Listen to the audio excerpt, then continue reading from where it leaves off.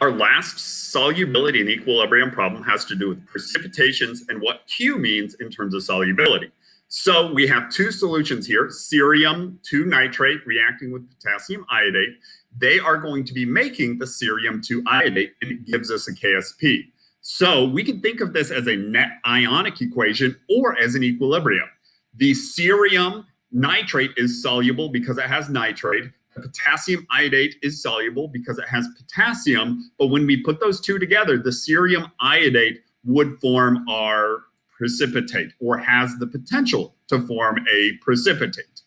It has a KSP, which means that it's slightly soluble or that it doesn't dissolve that well. That's our other clue that it would form a precipitate. But here we're looking at it from the other perspective.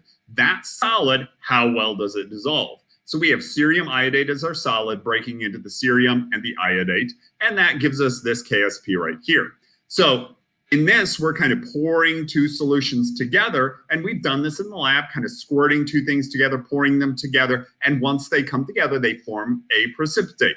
Sometimes white, or with like lead iodide, we have that really brightly colored yellow precipitate. We want to see, because it's not truly insoluble, did I put enough of the cerium and the iodate ion to form a precipitate?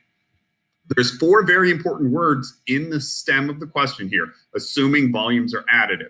You might see that in a solution question, in an acid-base question, or right here in a solubility question, or any type of equilibrium question. That is telling you you're going to be using the dilution equation, M1V1 equals M2V2.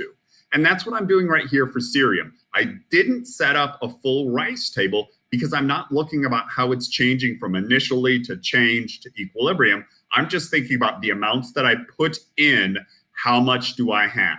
So with cerium, I had 4 to the negative third as my molarity, and I had 750 milliliters of that.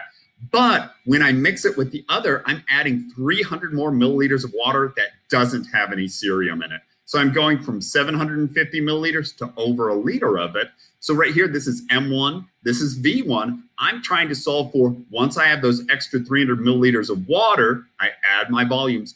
What is the molarity of the cerium? Because there's now more water, the cerium molarity, has dropped a little bit.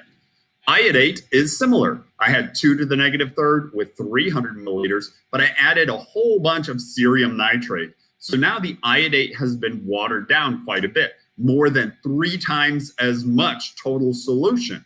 So we see a big drop in its molarity as I go from the 300 milliliters to the over 1 liter.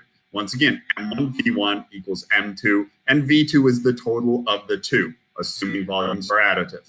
So I now know in that full beaker what the molarity of the cerium and the iodate are. I can plug those in, and because I don't know if I'm right at equilibrium or not, that is a Q or a QSP expression. We still do the squared because of the 2, same idea there.